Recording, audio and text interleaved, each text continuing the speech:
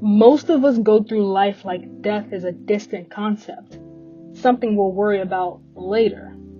But the truth is, it's closer than you think. Every breath, every heartbeat, every fleeting moment reminds us of our morality, even if our minds choose to ignore it. How does that awareness, that subtle shadow in the back of our minds, shape the choices we make, the risks we take, and the love we give? Thinking about death isn't morbid, it's clarifying. Studies in psychology suggest that conscious awareness of mortality, what researchers call mortality salience, can profoundly shift priorities, focus, and even relationships. It's not just existential dread, it's a tool if you choose to use it. Grab your snacks, we're spiraling deep today. When we truly internalize that life is finite, decisions start to look different. Do we procrastinate less? Do we speak more honestly? Research in behavioral psychology shows that subtle reminders of mortality can increase meaningful goal pursuit. People begin to focus less on trivial worries and more on what truly matters, their passions, connections, and authentic experiences. Think about it. How often do you scroll, distract yourself, or chase temporary comfort instead of doing something that resonates deeply? Awareness of mortality isn't about fear. It's about reordering priorities, recalibrating energy, and asking yourself daily, what really matters to me today?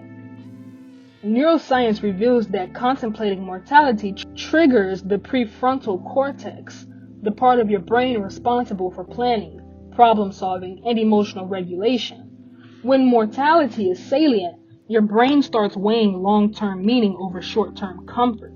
This is why some people after near-death experiences or serious illness pivot their lives drastically, sometimes moving continents, changing careers, or deepening relationships. Consciously thinking about death can actually rewire reward systems. Dopamine isn't just about pleasure, it's about meaningful anticipation. When you internalize death's proximity, your dopamine spikes for actions aligned with your values rather than fleeting distraction. What would you chase if every moment felt urgent, yet still safe? Consider the small moments, the coffee in the morning, the laugh with a friend, a quiet walk outside. Mortality gives them weight.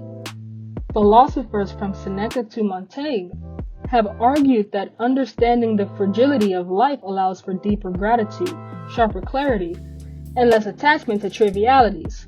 Your phone notifications, petty arguments, or the endless treadmill of busyness shrink in significance. How different would today feel if you embraced the idea that it might be your last? Awareness doesn't mean panic, it's a lens.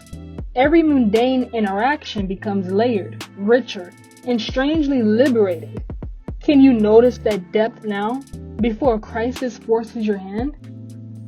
Most people avoid thinking about death because fear grips the mind. Psychologists call this terror management.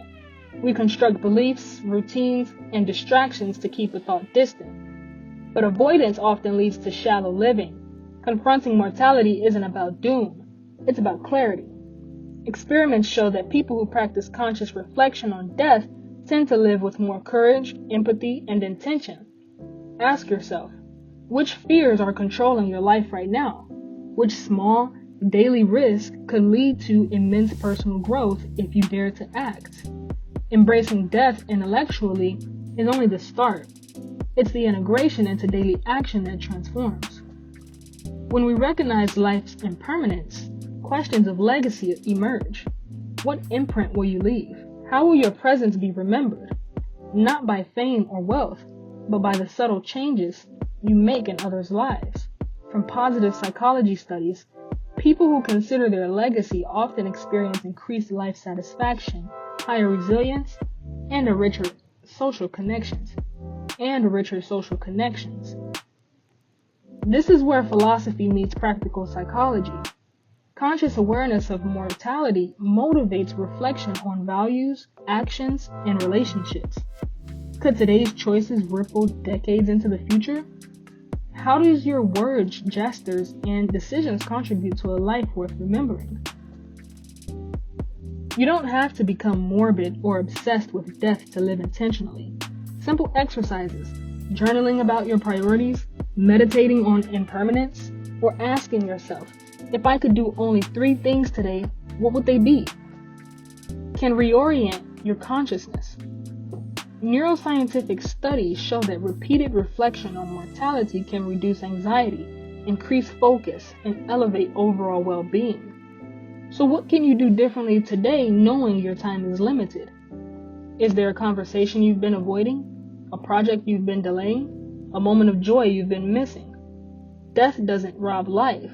It can illuminate it if you let it. Death is closer than you think, and that realization isn't meant to paralyze you. It's meant to awaken you. Every choice, interaction, and breath becomes more meaningful when you carry morality consciously, like a shadow that sharpens the colors of life. Today is your chance to act, to love, to create, and to notice the depth hidden in every fleeting moment. If this video made you pause, reflect, or rethink your day, leave a like. Comment on what you'd like to spiral into next. If you want to keep going down these rabbit holes with me, subscribe, and I'll see you in the next spiral. Peace.